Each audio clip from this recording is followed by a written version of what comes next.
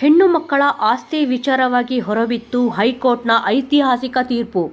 ಹೆಣ್ಣು ಮಕ್ಕಳಿಗೂ ಕೂಡ ಆಕೆಯ ಮದುವೆಯ ನಂತರ ಪಿತ್ರಾರ್ಜಿತ ಆಸ್ತಿಯಲ್ಲಿ ಹಕ್ಕು ಇದೆ. ಹೆಣ್ಣು ಮಕ್ಕಳಿಗೂ ಕೂಡ ತಂದೆಯ ಆಸ್ತಿಯಲ್ಲಿ ಸಮವಾದ ಹಕ್ಕು ನೀಡಬೇಕು.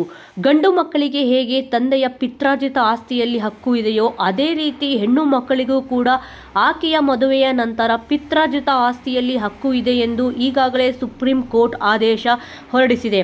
ಆದರೂ ಹಿಂದೂ ಉತ್ತರಾಧಿಕಾರ ಕಾಯ್ದೆ ಪ್ರಕಾರ 2005ರ ತಿದ್ದುಪಡಿಗಿಂತ ಮೊದಲ ನಿಯಮಗಳು ಬೇರೆ. ಹೌದು, 2005ರಲ್ಲಿ ಹಿಂದೂ ಉತ್ತರಾಧಿಕಾರ ಕಾಯ್ದೆಯಲ್ಲಿ ಕೆಲವು ಬದಲಾವಣೆಯನ್ನು ಮಾಡಲಾಯಿತು. 2005ಕ್ಕಿಂತ ಮೊದಲು ಹೆಣ್ಣು ಮಕ್ಕಳಿಗೆ ತಂದೆಯ ಸ್ವಯಾರ್ಜಿತ ಆಸ್ತಿಯಲ್ಲಿ ಪಾಲು ಮಾತ್ರ ಇತ್ತು. ಆದರೆ ಪಿತ್ರಾರ್ಜಿತ ಆಸ್ತಿಯಲ್ಲಿ ಪಾಲು ಕೇಳುವಂತೆ ಇರಲಿಲ್ಲ.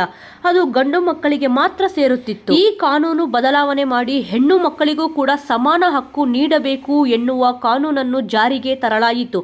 ಆದರೆ 2005ಕ್ಕಿಂತ ಮೊದಲು ಇದು ಯಾವುದೇ ಹೆಣ್ಣು ಮಗಳು ತನ್ನ ತಂದೆಯ ಆಸ್ತಿ ಬೇಡ ಎಂದು ಪತ್ರಕ್ಕೆ ಸಹಿ ಹಾಕಿ ಕೊಟ್ಟಿದ್ದರೆ ಈ ತಿದ್ದುಪಡಿಯ ನಂತರವೂ ಕೂಡ ತಂದೆ ಆಸ್ತಿಯಲ್ಲಿ ಪಾಲು ಕೇಳುವ ಸಾಧ್ಯವಿಲ್ಲ. ಹೆಣ್ಣು ಮಕ್ಕಳಿಗೆ ವಾರಸುದಾರರಿಗೆ ಪಾಲು.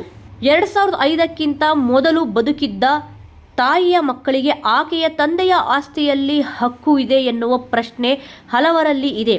ಇತ್ತೀಚೆಗೆ ಗದಗದ ಪ್ರಕರಣದಲ್ಲಿ ಒಂದರಲ್ಲಿ ಹೈಕೋರ್ಟ್ ತೀರ್ಪನ್ನು ನೀಡಿದೆ. ಹಿಂದೆ 2005ರಲ್ಲಿ ಮೊದಲು ಬದುಕಿದ್ದ ಮಹಿಳೆಯರಿಗೆ ಮಕ್ಕಳಿಗೆ ಮಾತ್ರ ಆಕೆಯ ಪಾಲಿಗೆ ಬಂದಿರುವ ಆಸ್ತಿಯಲ್ಲಿ ಹಕ್ಕು ಇರುತ್ತಿತ್ತು. 2005ರ ತಿದ್ದುಪಡಿಯ ನಂತರ ಹೆಣ್ಣು ಮಕ್ಕಳು ಬದುಕಿದ್ದರೂ ಅಥವಾ ಇಲ್ಲದೇ ಇದ್ದರೂ ಅವರ ಆಸ್ತಿ ಅವರ ವಾರಸುದಾರರಿಗೆ ಸೇರಬೇಕು ಎಂದು ತಿಳಿಸಲಾಗಿದೆ. ಒಂದು ವೇಳೆ 2005ಕ್ಕಿಂತ ಮೊದಲೇ ಹೆಣ್ಣು ಮಕ್ಕಳು ತೀರಿಕೊಂಡಿದ್ದರೆ ಅವರ ಉತ್ತರಾಧಿಕಾರಿಗೆ ಆಸ್ತಿ ಹಕ್ಕನ್ನು ನಿರಾಕರಿಸುವಂತಿಲ್ಲ. ಸೆಪ್ಟೆಂಬರ್ 9, 2005 ಮೊದಲು ಹೆಣ್ಣು ಮಕ್ಕಳು ಮೃತಪಟ್ಟಿದ್ದಾರೆ ಎನ್ನುವ ಕಾರಣಕ್ಕೆ ಅವರ ವಾರಸುದಾರರಿಂದ ಅವರಿಗೆ ಸಿಗಬೇಕಾದ ಆಸ್ತಿ ಹಕ್ಕನ್ನು ಕಸಿದುಕೊಳ್ಳುವಂತಿಲ್ಲ. ಆ ರೀತಿ ಏನಾದರೂ ಮಾಡಿದರೆ ನ್ಯಾಯಾಲಯದ ಮೊರೆ ಹೋಗಬಹುದು.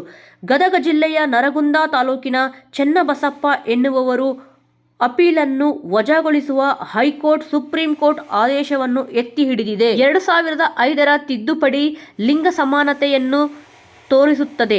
ಈ ಹಿನ್ನೆಲೆಯಲ್ಲಿ ಹೆಣ್ಣು ಮಕ್ಕಳಿಗೆ ಬಂದಿರುವ ಆಸ್ತಿಯಲ್ಲಿ ಅವರ ಮಕ್ಕಳು ಗಂಡಾಗಿರಲಿ ಅಥವಾ ಹೆಣ್ಣಾಗಿರಲಿ ಸಮಾನ ಹಕ್ಕನ್ನು ಹೊಂದಿರುತ್ತಾರೆ.